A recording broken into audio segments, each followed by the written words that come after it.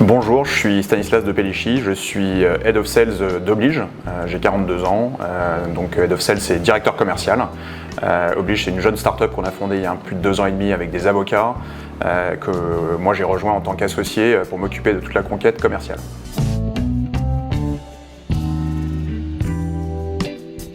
Alors c'est un poste finalement assez classique de directeur commercial, donc de Head of Sales en anglais, qui est un peu l'exception qu'on utilise dans l'univers des startups, avec pour le coup une dimension beaucoup plus intrapreneuriale, puisqu'on démarre une aventure de zéro, on lance un produit qui est un nouveau produit finalement, et non pas un produit de remplacement sur un marché qu'on vise à adresser, qui est celui des PME.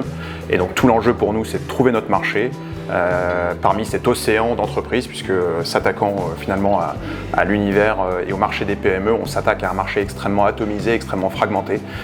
Et donc finalement mon rôle essentiel aujourd'hui, au-delà de manager l'équipe, c'est de bien s'assurer qu'on a une vision claire sur notre stratégie go-to-market, ce qui veut dire comment on acquiert des clients, quels sont nos canaux d'acquisition prioritaires, rester agile sur cette dimension du métier qui est de comprendre qu'il y a des canaux qui marchent plus ou moins bien en fonction de l'effort commercial fourni.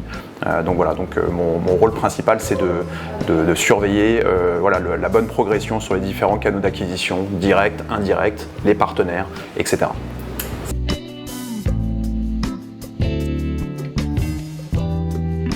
Alors il y a des qualités qui sont, je pense, assez usuelles de la fonction de direction commerciale. Je dirais que la première, c'est d'être très organisé, qualité qu'on me reconnaît souvent, et d'être structurant.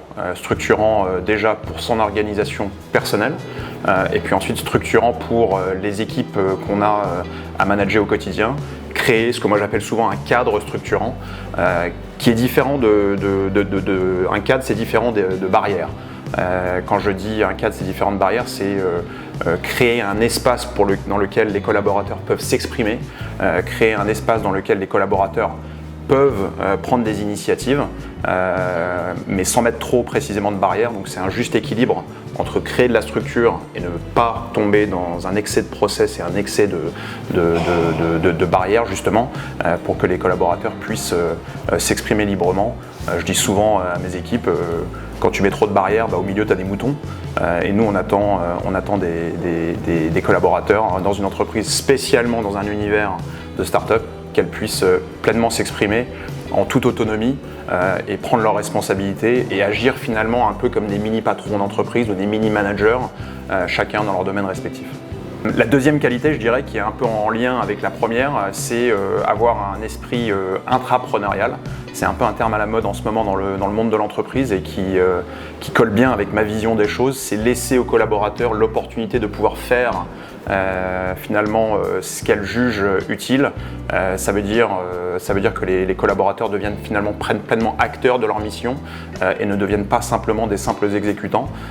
Donc si on prend par exemple des fonctions commerciales ou des fonctions sales que je peux avoir dans mon équipe, c'est de les laisser prendre des initiatives sur précisément le quotidien de leur activité et ne pas trop les manager de près. Donc cet esprit intrapreneurial, il est vraiment en lien avec le cadre concret par rapport à la précédente qualité.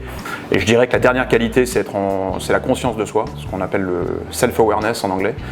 C'est qu'on soit en conscience en tant que manager commercial me concernant, de l'impact qu'on peut avoir sur les collaborateurs, de pouvoir s'adapter aussi aux collaborateurs qu'on peut avoir dans ces équipes, de leur laisser plus ou moins d'autonomie, de les aider plus ou moins en fonction des moments, et d'être en conscience de l'impact qu'on peut avoir auprès des différentes personnes pour tirer finalement un peu la quintessence, quelque part la finalité du métier de manager et précisément du métier de manager commercial qui est ma fonction, c'est que les équipes puissent dialoper le plus vite possible tout en prenant du plaisir dans le quotidien.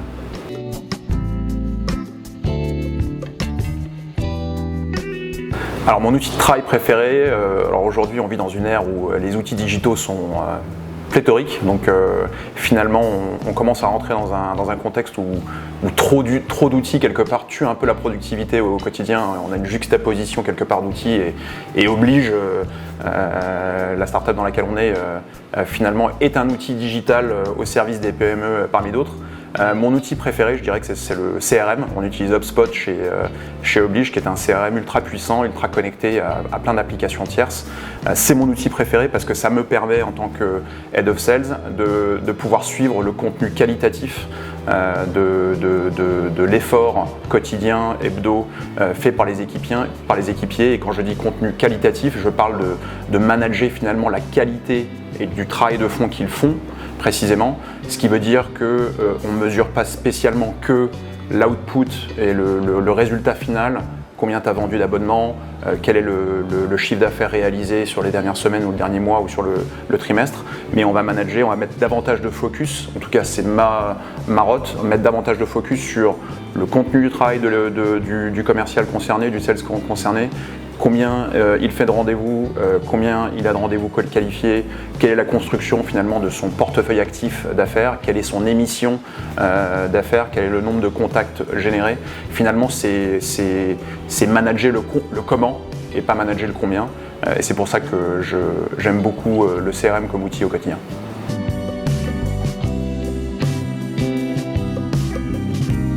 Moi, je dirais que ce qui me passionne le plus dans mon travail, c'est la richesse finalement du quotidien. Il n'y a pas de journée type, il n'y a presque pas de semaine type.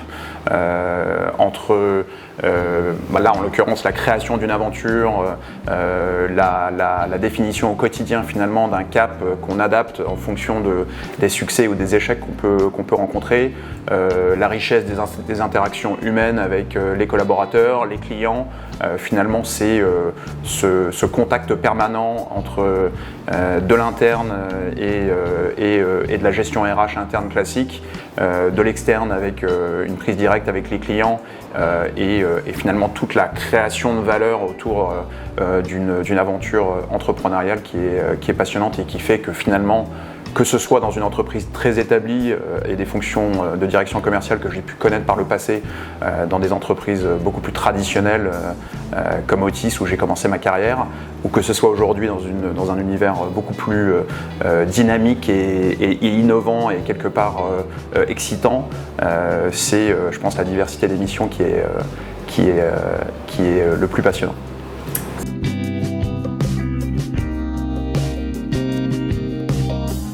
Alors j'ai 42 ans aujourd'hui, donc effectivement c'est une question, quel conseil je donnerais aux jeunes moi, commençant sa carrière à 25-26 ans, quand j'avais fini mes études en école de commerce. Je dis souvent aujourd'hui à mes cousins ou à des jeunes que je rencontre, quel que soit finalement ce qu'ils vont faire, d'être pro dans deux choses, d'être un pro d'Excel. Parce que même si je me débrouille aujourd'hui, j'aurais aimé être extrêmement compétent et avoir une maîtrise avancée d'Excel. Je pense que c'est un gain de temps colossal au quotidien, on s'en sert tout le temps. Et la deuxième chose, c'est d'être totalement bilingue en anglais pour avoir une employabilité qui soit au top. J'estime que voilà, avec ces deux choses-là, et une tête bien faite, on peut faire beaucoup de choses dans la vie. Alors c'est certes un peu réducteur, mais de façon plus générale, je dirais d'être extrêmement aujourd'hui calé sur tous les outils digitaux, Excel en premier lieu, parce que c'est en termes de productivité un atout énorme.